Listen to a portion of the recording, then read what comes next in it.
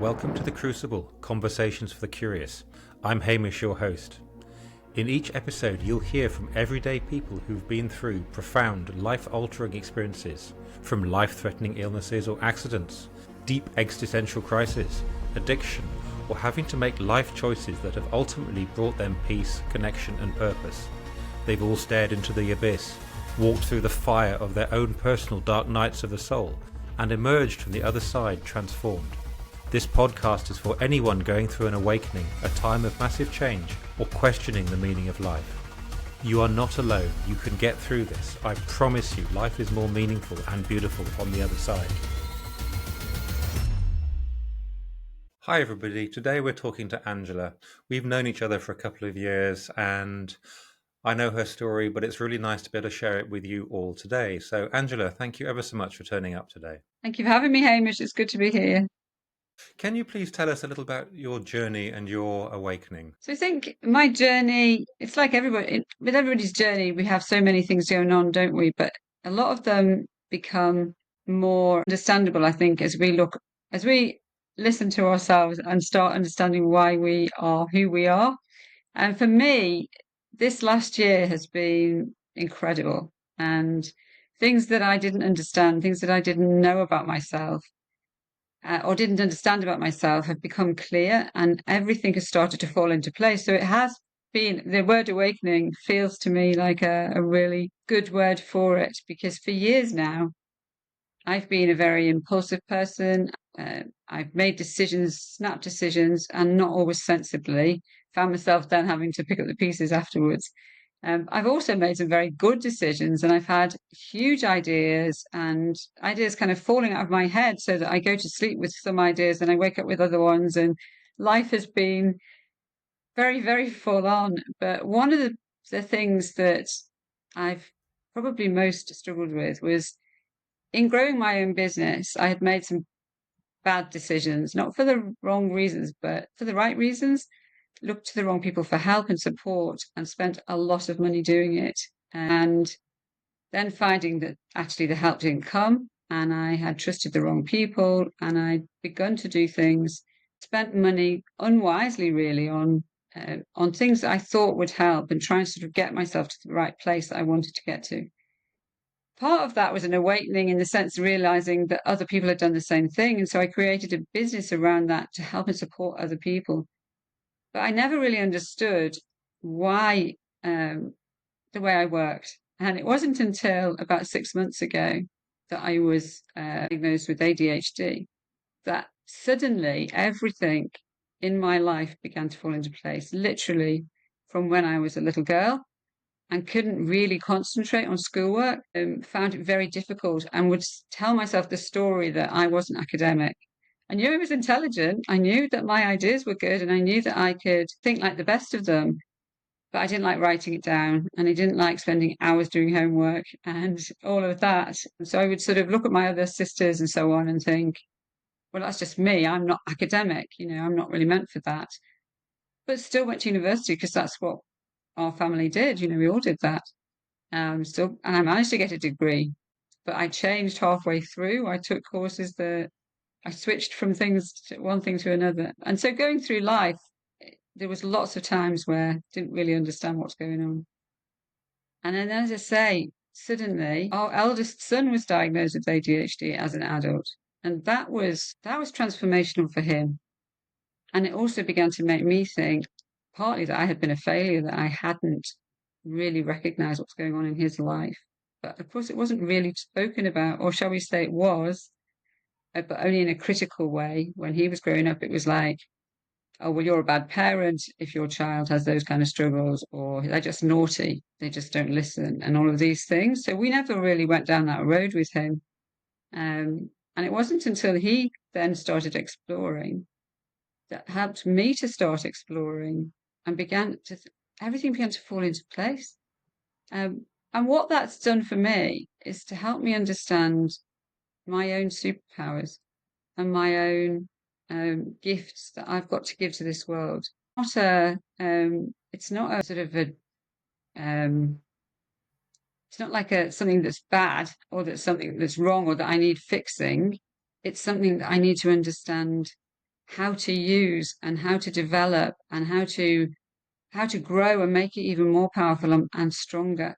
And that has been fascinating. And it's also enabled me to start adding things to the business or making decisions to help and support me. But that's meant that they help and support other people too. Being diagnosed with ADHD, wind back a bit and just explain to me what you were struggling with. You said there's this sense of I'm not academic, but what were the stumbling blocks that were tripping you up? Rephrase that. They're not stumbling blocks. What was the traditional approach that wasn't working for you? What was your mind doing differently, or your cognitive ability? Well, one of the biggest things is the inability to switch off and the inability to stop and to rest or to even go to bed at a sensible time. And there'd be times when I would stay awake all night, basically, because there were things I needed to do. My husband, who's a very regular guy who likes to go to bed at a set time, he falls asleep quite quickly. He would sort of suddenly wake up again and find that I'm sitting in the bathroom with my laptop doing a post for LinkedIn, because I have to do it now, because if I don't do it now, I won't be able to go to sleep if I don't do it now. And so it could be quite disruptive, but because we've been married for a long time and he'd sort of kind of got used to some of my ways and sort of accepted them. He's a very patient guy. They didn't really cause a sort of marital issue, but there were lots and lots of times where he'd be saying, "I thought you said you were coming to bed, and yes, I'm coming in a minute." And it would still be an hour later and I'd still be talking or doing whatever I was. So that was quite a thing.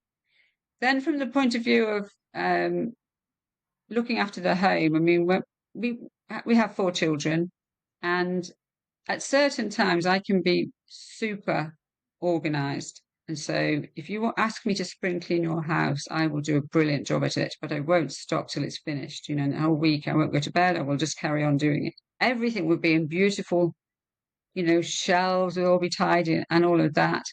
But during that time while doing it, the house will be a complete mess because I get everything out of every cupboard. So the only way that that would work in our home would be for Dirk to take the children away.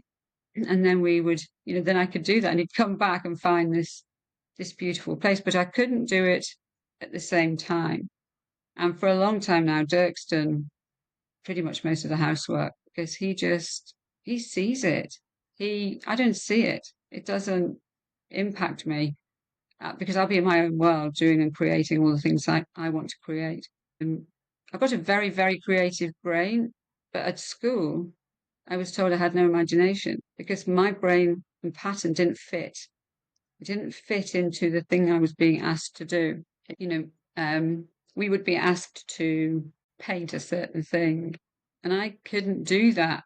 If you would have asked me to create something from the colors of the rainbow, I would have been able to do that, and I would have enjoyed it. But ask me to draw a banana or a ship or something, it just didn't work. So it would be very boxed in. It just wouldn't look particularly good. And I could be quite sort of outspoken in the sense that, my English teacher liked particular kinds of poetry. To me, they weren't poetry because they weren't beautiful.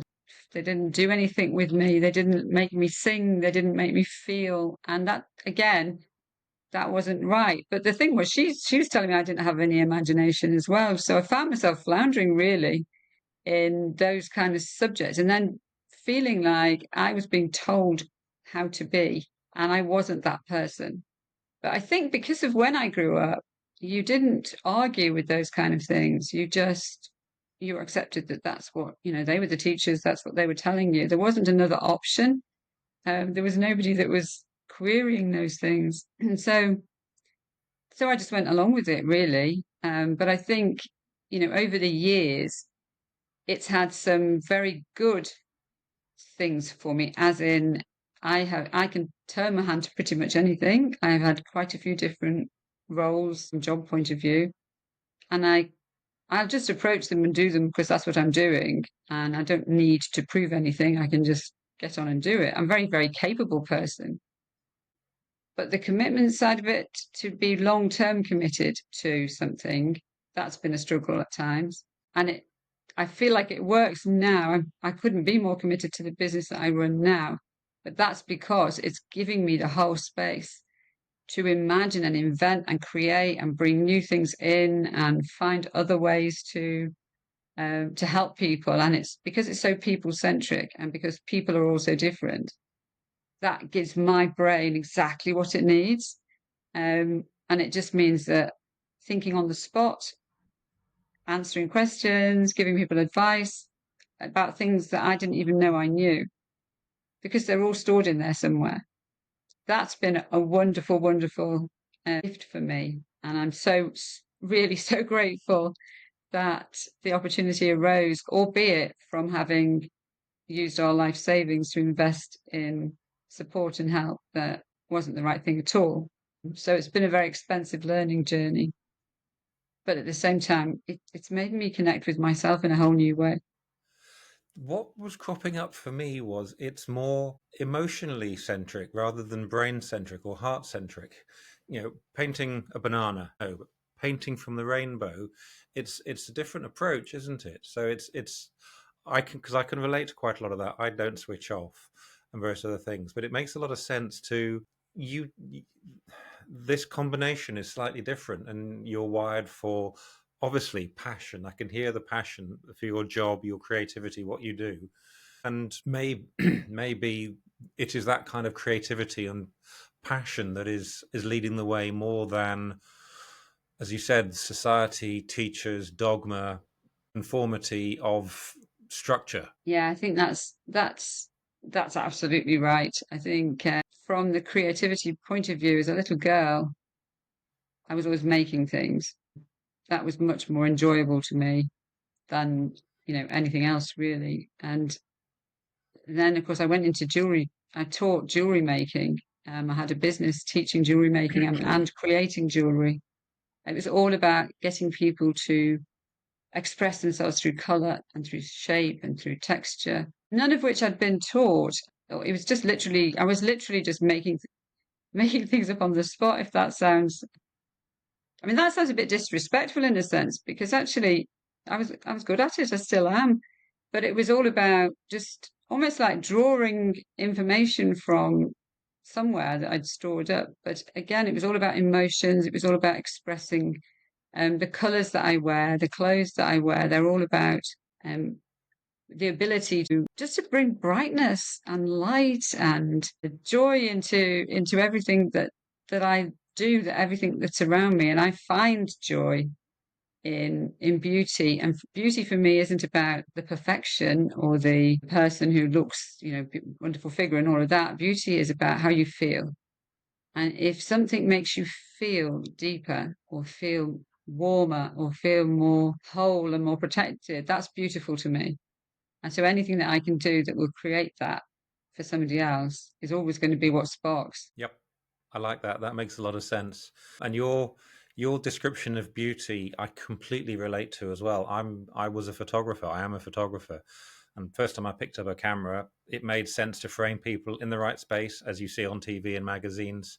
It's just natural. So I can understand that.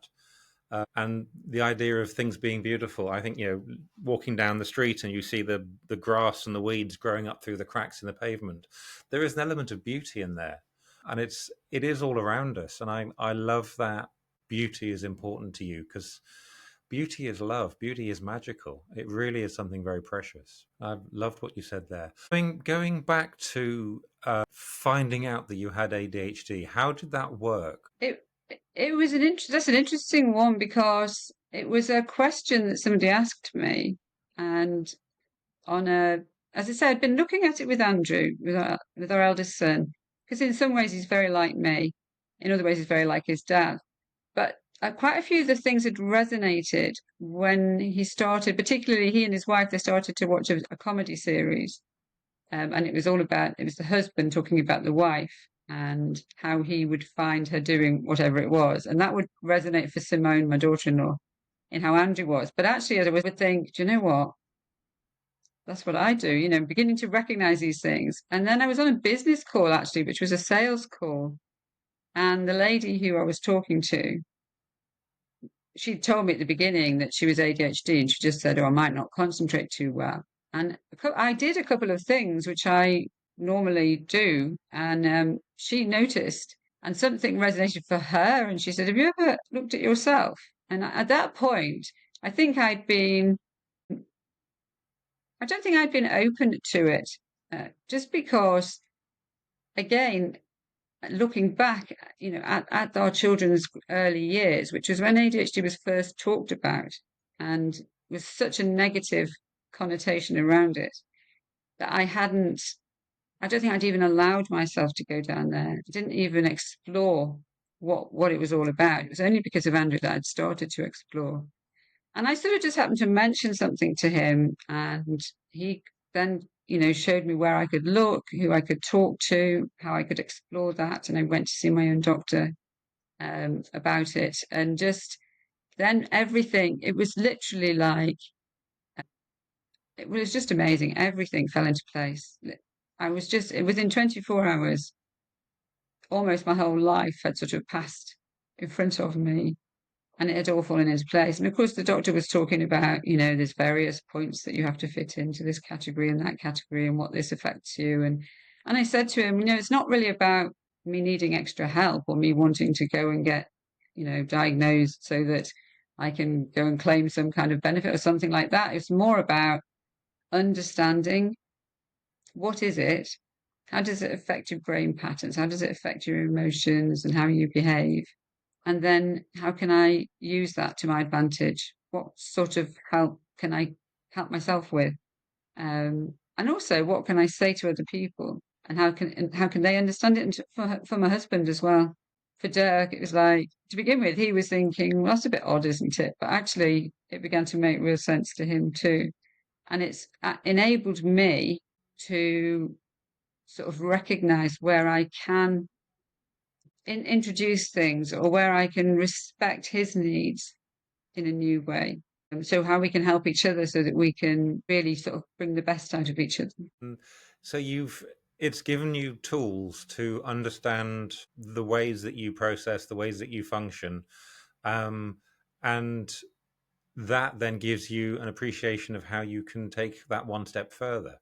That must be really empowering, because I'm going to hazard that you were on your back foot. You certainly said as a kid you were on your back foot. You weren't intelligent. You weren't this. You weren't that because society told you. But now you're able to use that. So how has that changed your confidence and your approach to people, relationships, and things like that? One of the first things that it helped me to do was uh, to really fully accept that uh, that I work in the way that I work for a reason, and it's not a bad reason. There's lots of good things about it. So I began to think, do you know what? If that's how your brain works, then use it like that. Do more of what you're good at. Put yourself in situations that you're going to really show your own superpower, if you like. You're going to be able to really help and support other people. And then it also made me realize that there are things that I was just taking responsibility for because I could do them, not because I should be doing them, but because I could, and um, because I'm because I don't need a lot of sleep, because I can spin a lot of plates, because I can put my hand to lots of things. I was doing that, but that was actually limiting my growth and limiting the ability to grow my business. And so one of the biggest decisions for me, which involved an investment, and that was because I've invested badly in support before, it was quite a hard thing. But I recognize the fact that if I didn't make a decision to take some more help and to say, actually, I need somebody else to do that bit, then the business would just stay at the same level it was. And I feel and I know that there's a lot more people out there that need help and support that I can give them. But I wasn't going to be able to do it if I didn't make some changes. So bringing in some help and admitting that I needed that help, and that it was okay to do that, it was okay to admit that I needed that help, has made a big difference already in the step forward, in that I've been able to spend time this week concentrating on the things that I want to do, that I love to do, that I'm good at, and that I need to expand in and grow in. Um, it's definitely helped me understand my son, and acknowledge that, his journey through life was chaotic and difficult. There were times of great difficulty. And I had felt like a complete failure when I looked at those times and had thought, that I'd let him down, and if only things had been different. But now I know that we've got something in common that's really precious. And there's an understanding of each other. There always was. That's the thing. There was always this closeness. And one of the hugely wonderful things to me is that of our four children, who are all so different, I know that each of them knows how much I love them. We have we have communication between us. We talk. We develop things together. We go through difficulties together. And I know everything about them. I know they would tell me anything. Literally, they would tell me anything. And I know that that's not true for many people. So although this had been that situation with Andrew, that worry that I'd let him down, there was still this closeness. But now it feels like there's an even deeper closeness. There's a oneness. There's a way that we can support each other in a different way. And also a way that I can support his wife too, because now I understand some of the difficulties that she's probably facing, and how, particularly when they have their little one that they're expecting, how that might be a challenge, and there might be we need to do something there. It's helped me recognize things in my own. I've got 7 brothers and sisters, and it's really interesting reflecting on the relationships that I've had with them and how they've felt, or how we've got on and which ones we've got on better with. I mean, we all go on holiday with each other every year. We get on well, but there's those that you get on better with than others, and understanding what's going on for them in their lives. It's really, I almost feel like a little girl who's been given a present and it's unlocked. It's like a key to a treasure box. When I was little, I collected beads and I've still got them. And if you look at them, some of them are bits of things that fell out of my nana's brooch, and plastic beads that I got from I don't know, from a sweet packet or something. And there's nothing very special about them, but they're very special to me because they were my security. I used to go and sit and look at them when I was confused about life. And now I feel like somebody's given me a whole treasure box full of all sorts of things that I can explore and look at and get out and decide whether I want to keep or not. And that's really fascinating. So you're curious. There's definitely a curiousness there. Has that always been there, or is that just something that has appeared as you've understood more of who you are or how you are? There's always been a bit of a curiosity inside me about who I am and why I do the things I do. Um, and I know that there's been a curiosity in the children at times. They've like, why, what are you doing, Mum? Sort of thing. So there's been that sort of curiosity about it, but puzzlement because I didn't have any answers. Now I feel like the curiosity about myself is growing, but it's growing in a very way that's unlocking the understanding of why. But it's also making me curious about other people and why do they behave in the way that they behave. Because literally, if you look at, everybody that you meet, we're all sort of a creature of our past. There are things in our past that have made us how we are and who we, how we're like. But at the same time, there's an innate quality in us that's created, that's there right at the beginning, that nobody else is like, that's individual, that's unique. And there's something in me that wants to unlock that for them, for other people, to find the thing that will make them run. I meet, and you do, we meet so many people in our lives who've got such a passion, such a vision, such an emotional desire to go forward and to help other people, to help them change and to help them grow. But quite often they put blocks in their own way and they don't access the part of them that would really spur them forward and get them taking action. And now I feel like I want to understand why so that I can help them unlock that part of them, and so that they can access whatever their superpower is, enable themselves to really change the world, to really get out there and meet the people they should meet and change the lives that they should change. Because at the end of the day, there's something in me that believes all of us have a calling. It's up to us to listen to it. If we don't listen to it, you know what? We're never going to find the fulfillment that we are capable of. But if we will listen to that calling and answer it and go and do that and take that sort of step forward, then the fulfillment that you get in life is so much more powerful. It's so much bigger. It's so much wider. It's so much more rewarding. That I completely relate to. This wanting to know more and feeling there's more, and then choosing it, because it's not easy to choose to become expansive, to choose to leave those old patterns behind, especially when you've had that drummed into you. You're a problem child, you don't conform, you're this, you're that, the other. And then, all those kind of things are incredibly limiting for people. But you've not allowed that. And certainly when you got diagnosed with that, you thought, yay, I know what I am. I've got more sense of who I am. But you're allowing that. You're giving yourself permission to expand. I mean, I love the idea of the cookie box being opened, Pandora's box being opened, and you can do whatever you want. And that curiosity. I want to go back a little bit and look at asking about ADHD, whether you've got it.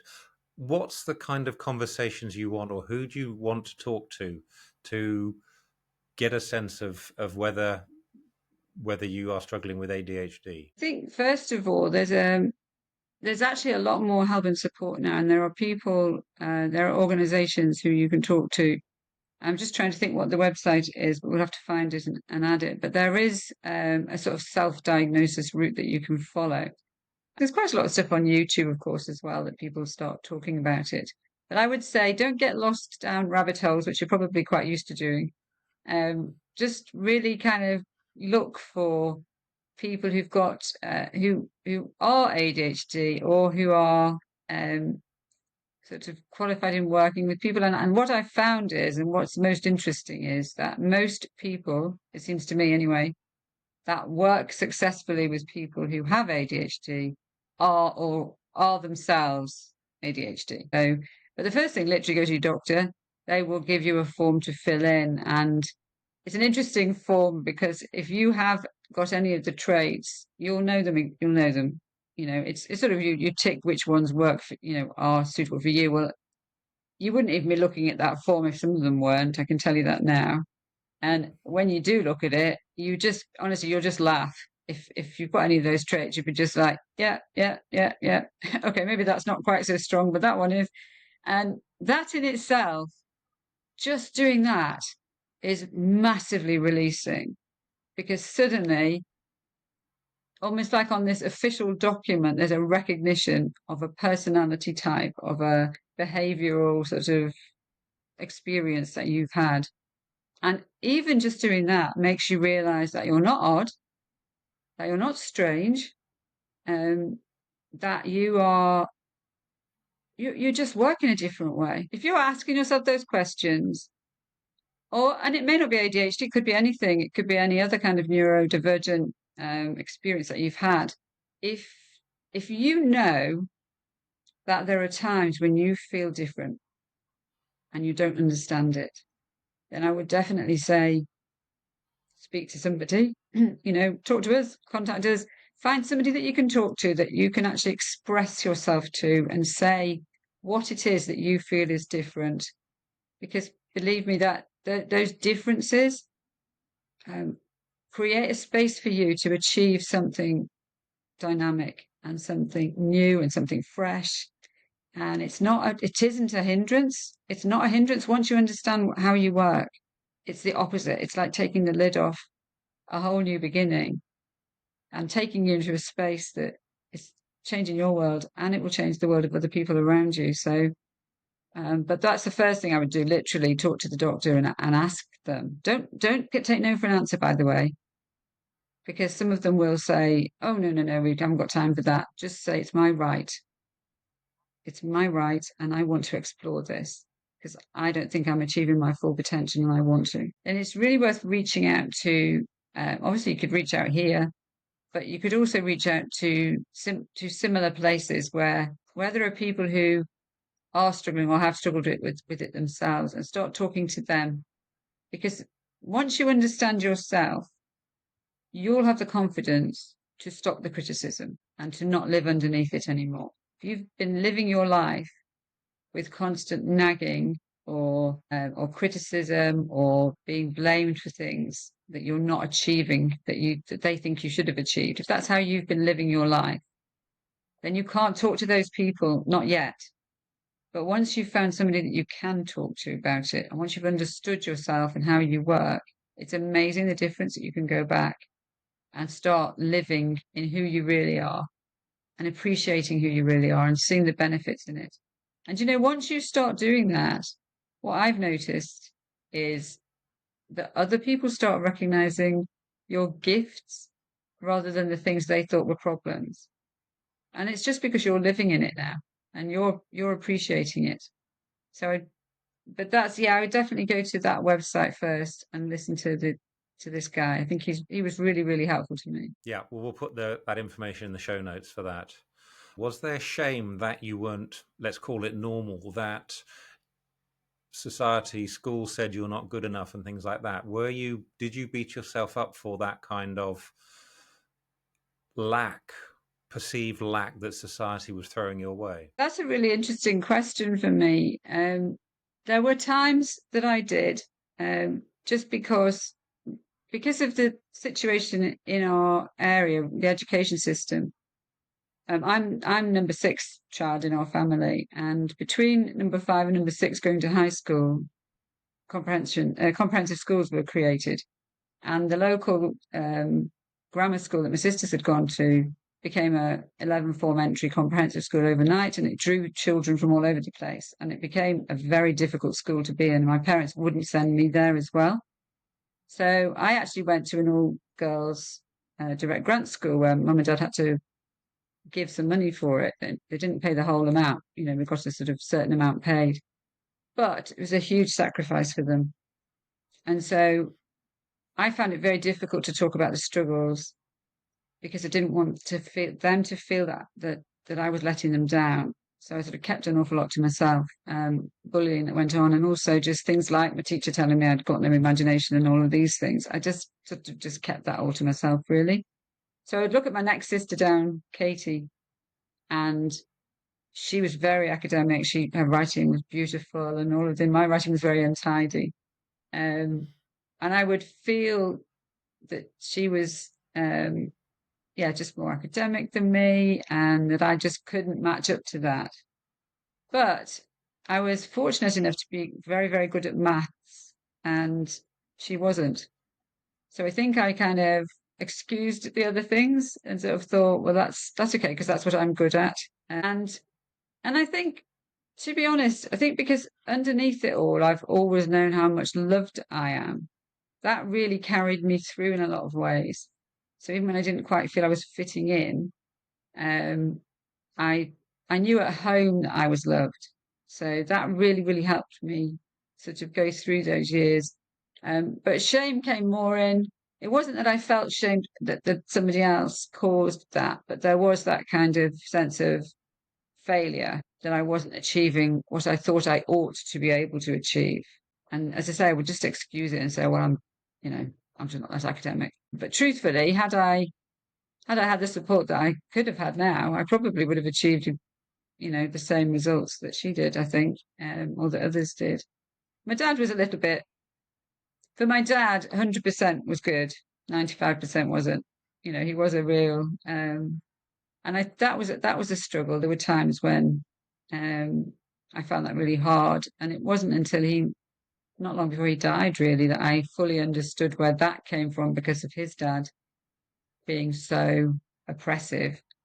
My dad wanted to give us all the opportunities he could do, and his way of doing that was to try and open these doors for us. So, but I do think it does have, shame has such an important um, role in all of this, and I think there's a lot of people out there just because they don't understand themselves, and the people who love them don't understand them either, and it can really stop you from achieving, your full potential if that's where you're at. Thank you for that, Angela. I think it sounds like you were very blessed with your family, just having that love and the support. And that is incredibly important, isn't it?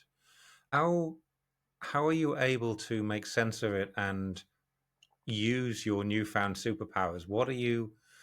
experiencing that is really helping you move forwards? I think most of all, I'm experiencing a real joy in who I am. Probably not not that I didn't enjoy who I was before.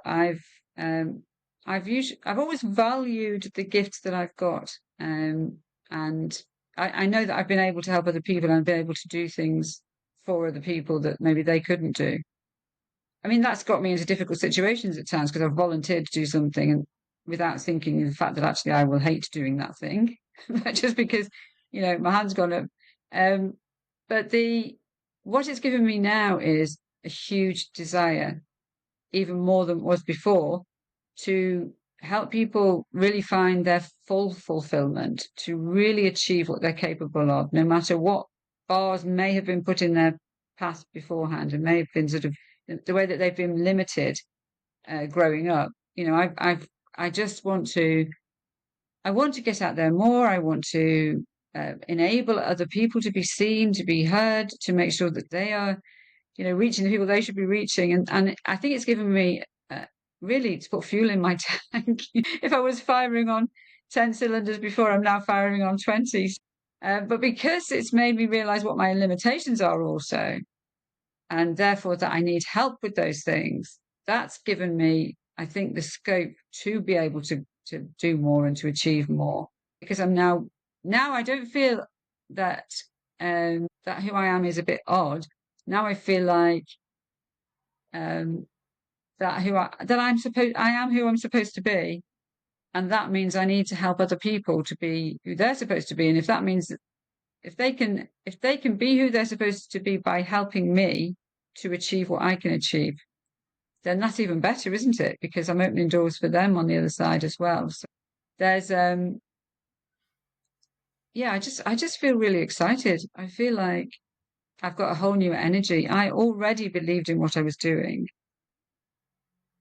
and things were happening, but I didn't really understand them. Now I'm, I couldn't be more committed to it, and I'm determined to make it a space for anybody who's out there who is not achieving their full potential, who's been labelled, who's been stuck, who's been criticised, who's probably not had the same opportunities that I might have had.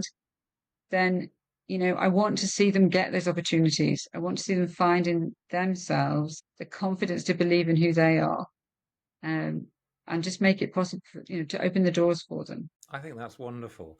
And what I'm also sensing from that is you asked for help. You realized something wasn't right, or you got an inclination and you asked for help. And what you're surrounding yourself with people who can tap in and help you where you're not perfect, where they can do the job better, and that's supporting you to help other people. So you're building that raft around you to um, to help other people. I had to do that. I had to ask for help, and it's very very hard. Very hard for me to do that. But yeah, I had when I did, so many things changed. I think you're giving people permission to say, "Hey, something's not right. Ask for help." And I think that just oils the cogs, doesn't it? Makes it easier for you, makes it easier for everybody when they go, let's have a look at this. What's not working? Why are things not working in my life? What's wrong? Um, and yeah, that's where the magic is. Daring to be that little bit vulnerable and then saying, I want some help. What was the most significant thing that you sort of learned or experienced when being diagnosed with ADHD? I think the most significant thing was that um, that I had been aware really for a long time that that I was different from most of my family and most of the people around me, but I didn't know what to do with it. So I built my life around it and and used it in whatever way I could. And I would have questions in my mind going around, but I would never talk about it. So I didn't ask anybody else what they thought. I was just who I was, if you like. So the most significant thing for me is um, what a joy it is to to find reasons for things and to understand myself. Um, and also what a joy it is to give other people the opportunity to do the same thing and to encourage them to do the same thing. So, and it doesn't really matter what it is that you're confused about or what you're puzzled about, or what the end result is. But I think it's just given me a sort of an energy around opening the door for other people to explore themselves in a greater way and to not accept the status quo and not to accept the things that people said. And they could have said this, 30, 40, 50 years ago, however it is. And you could have lived your life based on what other people said. And I've been fortunate, truly fortunate, to have had people around me who've seen good things in me and who've encouraged me to do the things that I've done. And I don't know. I don't know what I would have done had I been diagnosed at school. Maybe life would have been completely different. But I feel like I have been very fortunate, and I'm very grateful for the love and the support that I've had in different ways. But now I feel even more grateful because I feel like now understanding and knowing who I am and how I work, I can really appreciate even more what they do for me and what they have done. And now I can even ask in a new way. But I ask through confidence now. I don't ask through apology. I ask because I know who I am and I know what will make me work better and I know how I'll be able to achieve more. And I think that's been a huge step forward for me, that I don't need to apologize or feel bad about asking for something. It's good to ask because I recognize that I need them. Again, that's something I would love to help other people to do, to find what is it that you need. The fact that if you need it, that's not because you're a failure. That's just because you are who you are. We've all got gifts, we've all got strengths, we've all got ways that we can support and help other people, but we've also got needs and weaknesses and things that we're not so good at. And understanding and accepting all of that doesn't mean, it means that you're accepting your greatness and acknowledging your weakness, and that both are really good. I think because at the end of the day, if we could do everything, we'd be terrible people to live with. We'd be awful, wouldn't we? If we could do everything, if we were perfect with everything, nobody would want to be our friend, because they'd feel like complete disasters. So actually acknowledging that there are weaknesses there and that you can't do everything is really helpful to the other people around you. I think that is one of the most brilliant things I've heard for a long time. I love that because I'm not proud of aspects of who I am. I don't have the tidiest house. I don't have certain things. I'm not saying I'm going to immediately ask for someone to come and move in with me and be my cleaner, but I think it's really important to be aware of those weaknesses and those bits and get people to help you with them. Whether it's you helping each other, certainly in that relationship, you said your husband was able to do the day-to-day cleaning and then you would do the once a year cleaning when he took them all away and things like that. It is a teamwork, and I love the way you phrase that. So it's not, don't be ashamed, don't be sad, don't be embarrassed about having to ask for help, because two people work much better than one person, or a team even better still. And I think that's really, really important.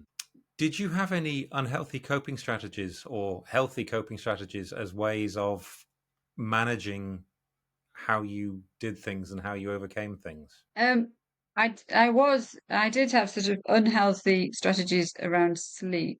Um, that has always been a problem. So I went through a period of convincing myself that um, I would just have to get up. And so I would, as soon as I woke up in the night, I would get up and go and get sort of a cup of tea and sort of listen to a read or something. And I'd sort of convince myself that that was because I couldn't get back to sleep again.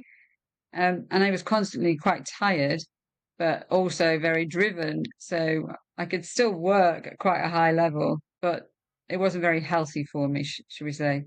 And so I'd started to develop some strategies around that without, but I realized I couldn't switch off. So the only way I could switch off was to listen to an audio book. And so I'd sort of developed this strategy of using earphones and listening to Audible at night time. But it was really interesting because I had to be quite careful about what I was listening to. It couldn't be too interesting, and it couldn't be. It if I put the timer on, and if I put the timer on for like 15 minutes or half an hour, my brain said, oh, well, you can stay awake long enough to listen to this. So I would still stay awake and it wouldn't help me at all. And then I'd put it on for another half hour and then I'd be awake for another half hour. But then I realized that if I put it on for 60 minutes, my brain would say, you'll never stay awake for that long. And actually, I would fall asleep straight away. So I developed this strategy, which my husband didn't even know I was doing because I was very quietly putting an earphone in my ear. But that's actually been probably one of the best strategies I had ever thought of. And now I know why I couldn't switch off, but now I know the way that I can. And so, that's something that I would say to other people if they have that problem. Then for me, it's medieval mysteries that I can listen to at night time. And so, and it takes an awful long time to finish the book because I have to keep going back to the bit that I fell asleep in. But it's a brilliant way for me to be able to turn off. So that kind of was developed by accident, but it's definitely worth a try.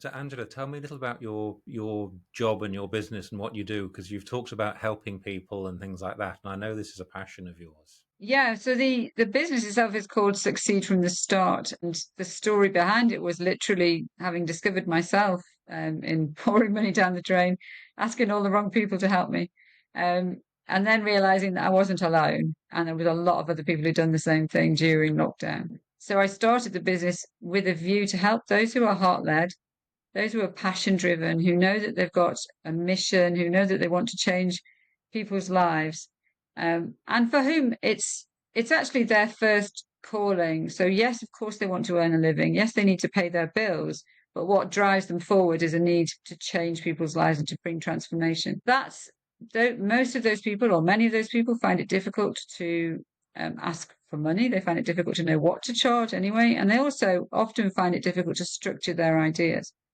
And I began to hear people who kept saying, you've got to identify this niche, this very specific niche, and you can only work in that specific niche. And the more that I listened, the more that I realized that that's not true. That for many of us who are heart led, who have that passion inside of us, we can actually help an awful lot of people. It's the change that we make that's the most important. And that once you start talking about the change that you make in people's lives, the right people get drawn towards you, the right people are brought towards you. So Succeed from the Start is all about being part of a community that will help and support you to help others to make the change that you can make. And so it gives all the structure around the business. It's got the technical side, so all the sort of stuff that you need, like email marketing and social media posts and all of those things, landing pages, all the bits that often those of us who are heart-led find difficult, or we get a little bit overwhelmed by. All our members have access to all of that, where they get all the support that they need to run those systems. And if they want to, people to help them run them as well. So support to actually do the work for them if that's what they want. And then there's also course building software. But most of all, it's the support that you get of being part of a network of others who are purpose driven, who will support you and answer your questions, and who will get alongside you if you're struggling, who will lift you up if you feel like you're failing, with a very much the view that together we're stronger and that together we rise. And it's not about competition. It's not about squashing people out of the way. It's about building each other up and drawing strength from each other and knowledge and information. And if I've learned something, then you can learn it too, and vice versa. It's a gift to each other. And that for me inspires the whole community. And that's why I'm determined for it to grow as big as it can grow, in a way where everybody feels supported and nobody gets dropped through the cracks. Brilliant. I love it. Remind me again what it's called, and then where can we find you and find out more about you and your business? So it's called Succeed from the Start, and we have a website which is succeedfromthestart.com. You can email me at succeedfromthestart@gmail.com. Or, of course, you can find me on mostly LinkedIn and Facebook, although I'm on Instagram as well. But if you actually use the hashtag Succeed from the Start, you'll find us. You'll find us on Google if you search for Succeed from the Start too. And there's lots of ways to get in touch. and would love to hear from you and find out how we can help you succeed and get your message out there and make sure that you're reaching the people that you should. Wonderful. Thank you. Thank you very much for that, Angela. That is great.